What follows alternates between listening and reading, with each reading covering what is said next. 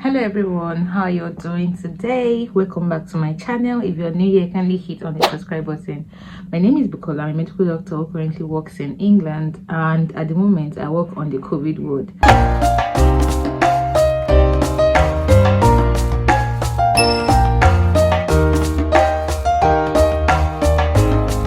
Compliments of the season to you all, and I wish you guys a happy new year, a happy and prosperous new year. May this new year be your best one yet. So basically I had the COVID-19 vaccine 3 days ago, and I was euphoric when I was getting the vaccine. So I'm about to have my Pfizer vaccine and I'm so excited. Yeah. So basically, if you're among the people who work in close contact with those who have COVID, you get prioritized in getting the vaccine first. So let's see. I've just been given the leaflets for it and I'm about to go through it. Okay. Anyway, let's hope it's not going to come. Yes. Well, I do too. No use pressing this, is it? Did you just press it? No! I don't think it worked, do you? Usually hooked into your phone. Oh, no. Oh, yes, it's a phone phone. You can have a look at the garden, and that's about as well. Up and down the drive. Okay, a couple more bits in the... Oh, no, you're not finished with me. You remind me very much of one of the ladies on my village. You remind me of one of the ladies in the village over there. She's very stoic about things. She had left, didn't you? Yeah. Just testing me, see if I knew it to preach. Alright, small scratch.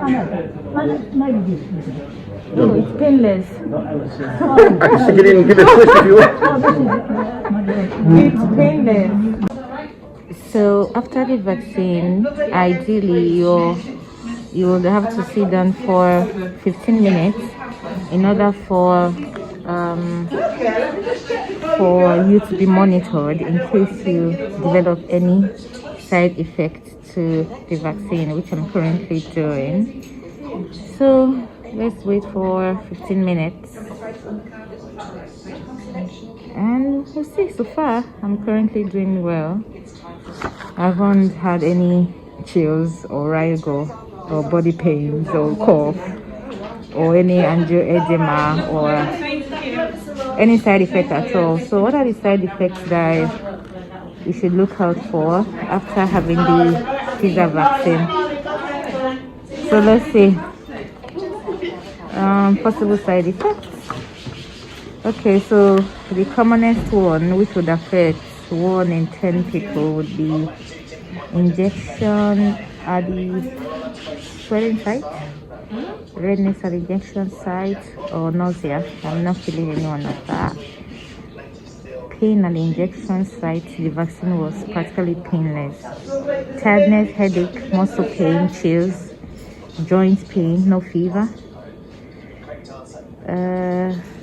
So it says here that like all vaccines, COVID vaccines can cause side effects, although not everyone gets them. Most side effects are mild or moderate and can go away within a few days of appearing. So let's see, let's watch out. So let's check the injection sites. So I deliberately chose my left upper arm. This is the injection site. There's been nothing yet.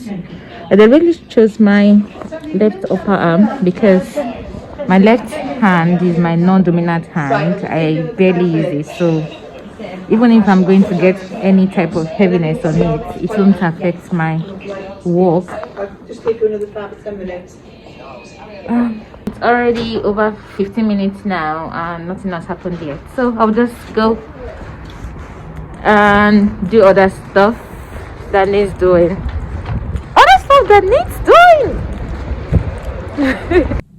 Hello everyone, compliment of the season. So guys, today is 24 hours. I would say it's 24 hours after I had my COVID-19 vaccine, and I'm already experiencing some side effects although not so severe. So currently I'm having tenderness at the point of injection. I'm having muscle ache and headache. I'm also having chills, and hopefully I know that it will pass. So I went through the leaflet that I got before getting the vaccine, although I went through it yesterday as well.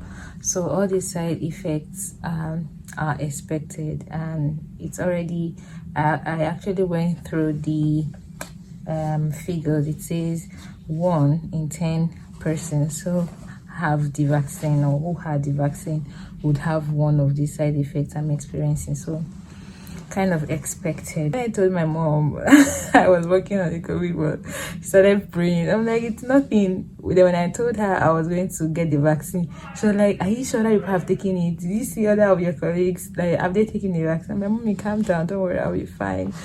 So basically it's like I've always said, working in the NHS is a dream come true for me, and being in frontline nights, it's a privilege for me.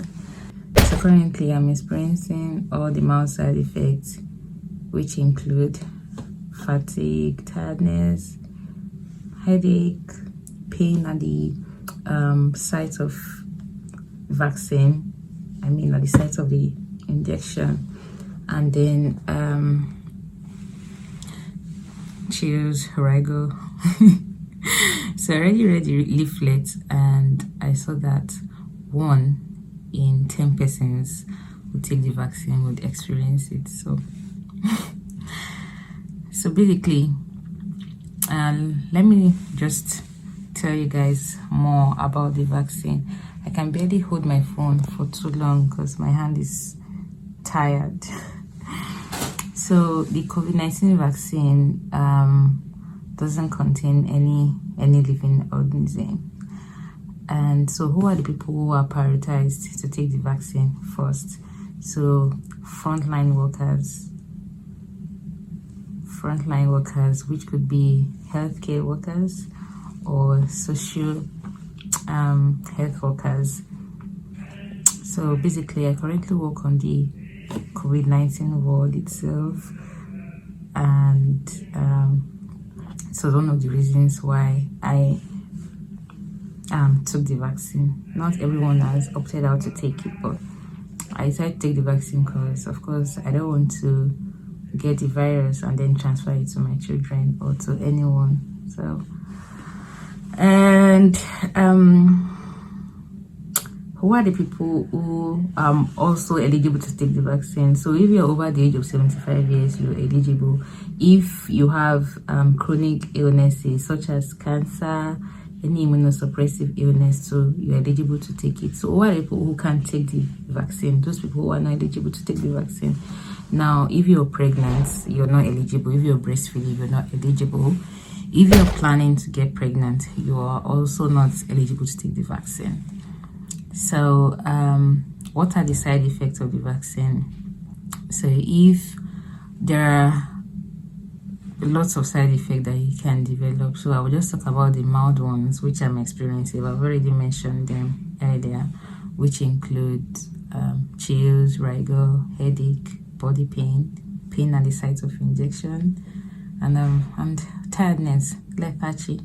So basically, let's talk about the coronavirus briefly. The coronavirus, also known as a SARS-CoV-2 virus, it's a kind of virus that affects the lungs. It destroys the lungs, and people can present with lots of symptoms, but I will just talk about the popular ones. So when your lung is affected, what happens? You have lung symptoms such as cough, difficulty with breathing, shortness of breath. Sometimes it's possible to have the coronavirus and be asymptomatic. That means you don't even have any symptoms at all. And it's possible to have it and have all the symptoms. So if you are symptomatic and then you come to the hospital, we would definitely assess you and check if you need oxygen. So if you need oxygen, we would check if you have any chronic illness such as chronic bronchitis, for us to know how to give you the oxygen, and also know the target level for you. So basically, if you have smoker's lung, we normally target between 88 to 92%. Sometimes, and then we also do a blood gas to check if you are a CO2 retainer or not. Then for other people who don't have any lung disease, we normally target between 98% oxygen sat and 94% oxygen sat. So now talking about the medical management aside from the oxygen.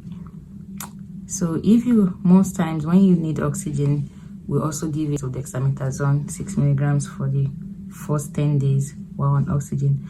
And also we do okay, before this call, because COVID-19 infection is a pro-thrombotic medical condition, which means it increases your blood ability to clot.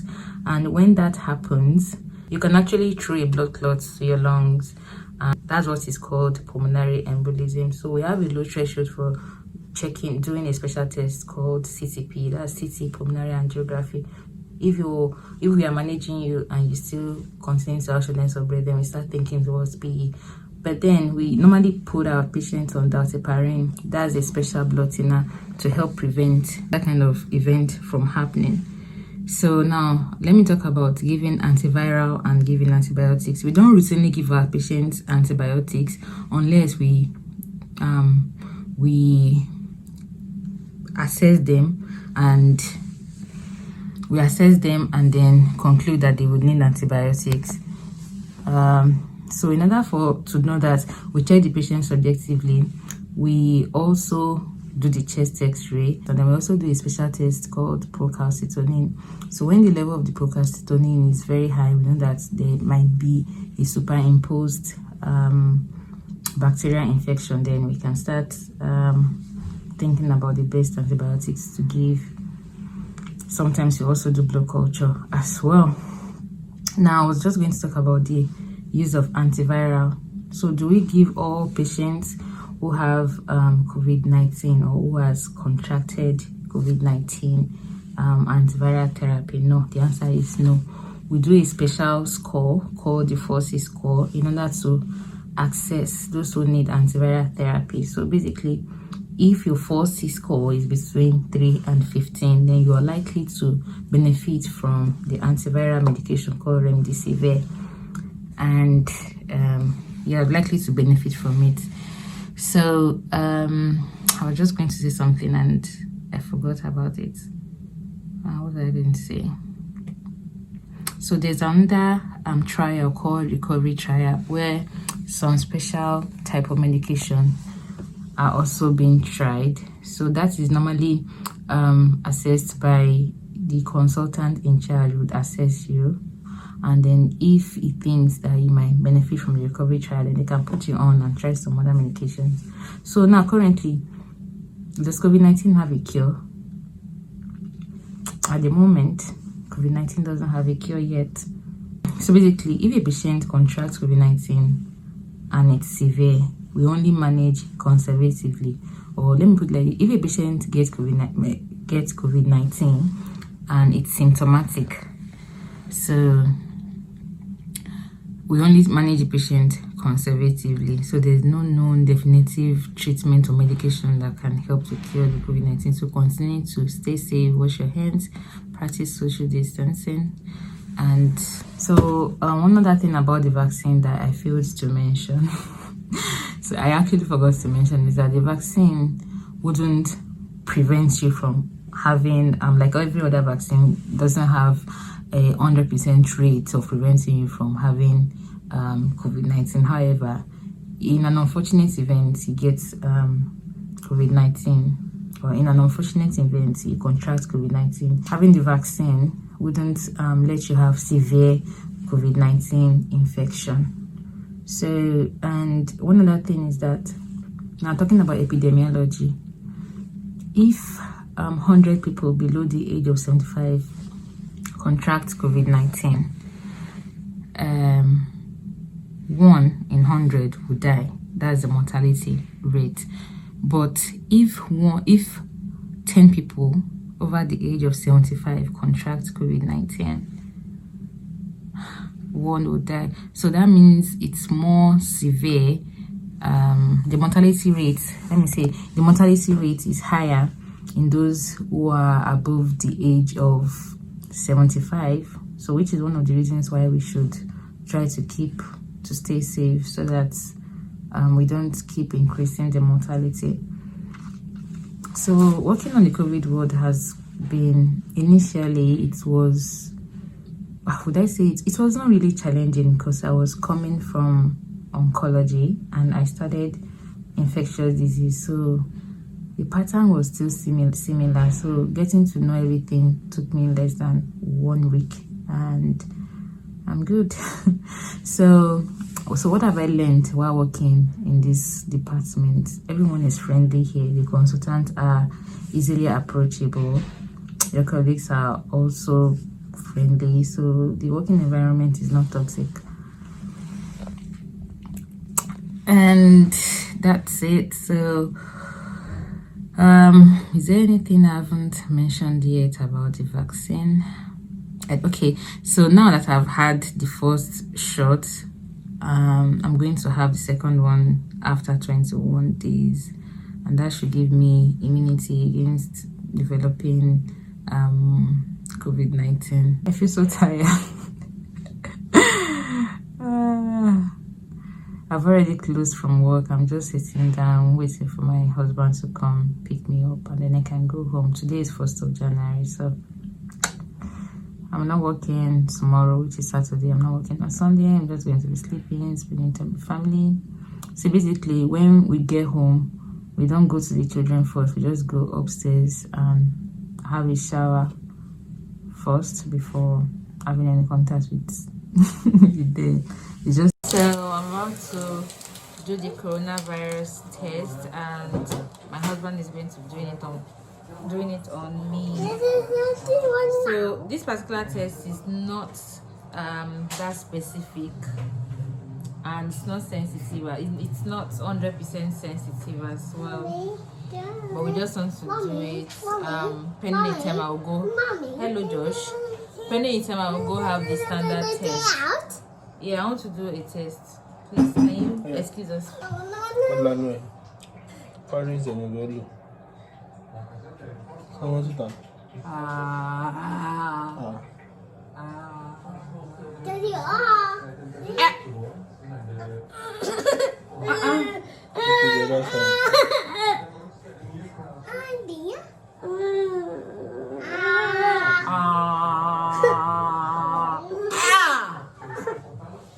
Sorry. We do have to do your own. Yes, mommy. So today is day 5 since I had my COVID-19 vaccine, and I've already my body has already come out of the mild coronavirus symptoms period, and I'm doing well now. No more fever, no more headache, no more chills, no more rigor. The pain at the site of injection has subsided. Like, I'm now fit and I feel so well in myself. So if you're planning to also take the vaccine, I think you should. I keep seeing a lot of conspiracy theory on the internet. I'm like, what? Anyways, at some point when I was having those mild symptoms, I was scared. But at the end of the day, like, it's all good. It's all for my benefit. At least I know that I can't catch the virus, and even if unfortunately I catch the virus, I know I'm not going to get the severe form of COVID-19, which is also a plus. So the vaccine is not harmful. It's just a vaccine like any other vaccine. So if you are yet to subscribe to my YouTube channel, this is the best time for you to do so. Thank you so much for watching.